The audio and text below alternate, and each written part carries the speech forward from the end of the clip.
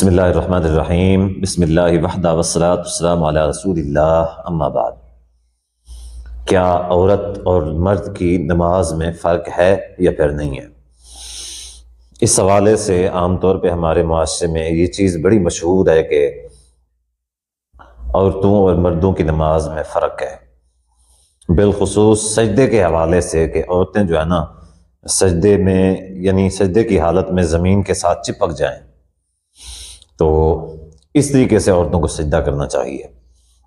اس کی حقیقت کیا ہے میں مختصراً انشاءاللہ آپ لوگوں کے سامنے بیان کرنے کی کوشش کروں گا۔ دیکھیں، سب سے پہلے بات تو یہ ہے کہ کیا عورت اور مرد کی نماز میں فرق ہے یا پھر نہیں ہے۔ نبی علیہ الصلوۃ والسلام کا فرمان ہے کہ صلو کما رأیتمونی اصلی۔ نبی علیہ السلام نے فرمایا کہ تم اس طریقے سے نماز ادا کرو جیسے مجھے تم نماز ادا کرتا ہوا دیکھتے ہو۔ یعنی یہ جو حکم ہے نبی علیہ الصلوۃ والسلام کا یہ سب کے لیے ہے، یہاں پہ عورتوں اور مردوں کی کوئی تخصیص نہیں ہے کہ عورت ایسے نماز پڑھے یا مرد میری طرح نماز پڑھیں یا عورتیں میری طرح نماز پڑھیں، نہیں۔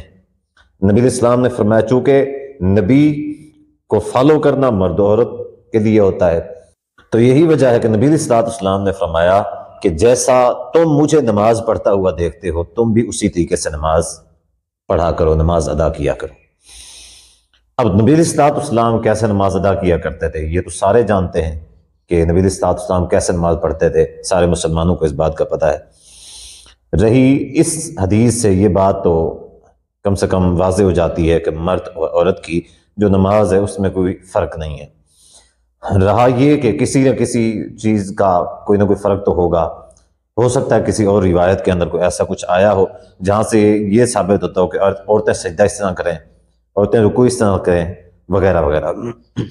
تو دیکھیں اس حوالے سے کسی بھی روایت کا تخصیص کے ساتھ آنا ضروری ہے، یعنی اب جب کہ نبی علیہ الصلوۃ والسلام نے فرما دیا مرد و عورتوں کو کہ جیسے میں نماز پڑھتا ہوں تم بھی ویسے نماز پڑھا کرو، تو ظاہر ہے کہ ان کو ایسے نماز پڑھنی چاہیے۔ ہاں جہاں پہ کوئی تخصیص آ جائے کہ عورتیں ایسا کریں تو پھر یہ ہے کہ استثناء مل جائے گا اس حدیث کے اس کام سے کہ جس کام کے بارے میں نبی علیہ السلام خواتین سے فرمائے کہ تم نے ایسے نماز پڑھنی ہے، رکوع ایسے کرنا، سجدہ ایسے کرنا، یا کسی خاص چیز کے بارے میں۔ تو ہمارے معاشرے کی کافی ساری خواتین جو ہیں وہ کیا کرتی ہیں، جب نماز پڑھتے ہوئے سجدہ کرتی ہیں تو زمین کے ساتھ چپک جاتی ہیں، کہتی ہیں حیا کا تقاضا ہے۔ دیکھیں حیا کا تقاضا علیحدہ رہا، یہ اسلام کو بے حیائی نہیں سکھاتا۔ مرد اگر اس طریقے سے سجدہ کرتے ہیں تو کھڑے ہو کے یعنی اونچے ہو کے، تو یہ کوئی بے حیائی نہیں ہے۔ دوسری بات کہ عورتیں اگر اس طریقے سے نماز پڑھتی ہیں جیسے مرد پڑھتے ہیں، نبی علیہ السلام نے ایسے بتائی ہے، تو اس میں کوئی بے حیائی نہیں۔ کیوں کہ لباس مکمل ہوتا ہے، اسی طریقے سے مردوں کے سامنے بھی تو نہیں پڑھ رہی، پڑھ بھی علیحدہ رہی ہیں، تو اس میں پھر یعنی ایسی کون سی بات آ گئی۔ دوسری بات یہ کہ یہ جو طریقہ ہے کہ عورتیں زمین کے ساتھ چپک کے نماز پڑھیں، یہ نبی علیہ الصلوۃ والسلام کی کئی ساری صحیح احادیث کے خلاف ہے۔ مثال کے طور پہ اب ایک حدیث میں نے سنائی جس میں نبی علیہ السلام نے فرمایا کہ تم مجھے جیسے نماز پڑھتا ہوا دیکھتے ہو تم بھی ویسے نماز پڑھا کرو۔ اب ایک اور حدیث ہے، نبی علیہ الصلوۃ والسلام نے فرمایا کہ امرت ان اسجد علی سبعۃ اعظم، مجھے حکم دیا گیا ہے کہ میں 7 چیزوں کے اوپر سجدہ کروں، 7 اعضاء کے اوپر۔ اب نبی علیہ الصلوۃ والسلام کو حکم دیا گیا کہ 7 اعضاء کے اوپر سجدہ کریں۔ نبی علیہ الصلوۃ والسلام کون سے 7 اعضاء کے اوپر سجدہ کرتے تھے اور کون سے 7 اعضاء پر سجدہ کرنے کا حکم دیتے تھے؟ 2 پاؤں، 2 گھٹنے، 4 ہو گئے۔ اسی طریقے سے 2 ہاتھ، 6 ہو گئے، 2 ہاتھ، 6 ہو گئے۔ اسی طریقے سے پیشانی اور ناک 7 ہو گئے۔ یہ 7 اعضاء ہیں جن کے اوپر نبی علیہ السلام نے فرمایا کہ مجھے سجدہ کرنے کا حکم دیا گیا۔ یعنی جیسے خواتین سجدہ کرتی ہیں زمین کے ساتھ چمٹ کے، تو اس کے لیے ضروری ہوتا ہے کہ یہ بازو جو ہیں یہ زمین کے اوپر بچھا کے، کوہنیاں جو ہے زمین کے اوپر رکھ کے سجدہ کریں۔ اب یہ جو طریقہ ہے یہ تو اس حدیث کے خلاف ہو جاتا ہے۔ اب یہاں نہیں ہے بلکہ ایک اور حدیث ہے جس میں صراحت کے ساتھ ایسا کرنے سے نبی علیہ السلام نے منع فرمایا۔ وہ حدیث کیا ہے کہ نبی علیہ الصلوۃ والسلام نے فرمایا کہ لا یبسط احدکم ذراعیہ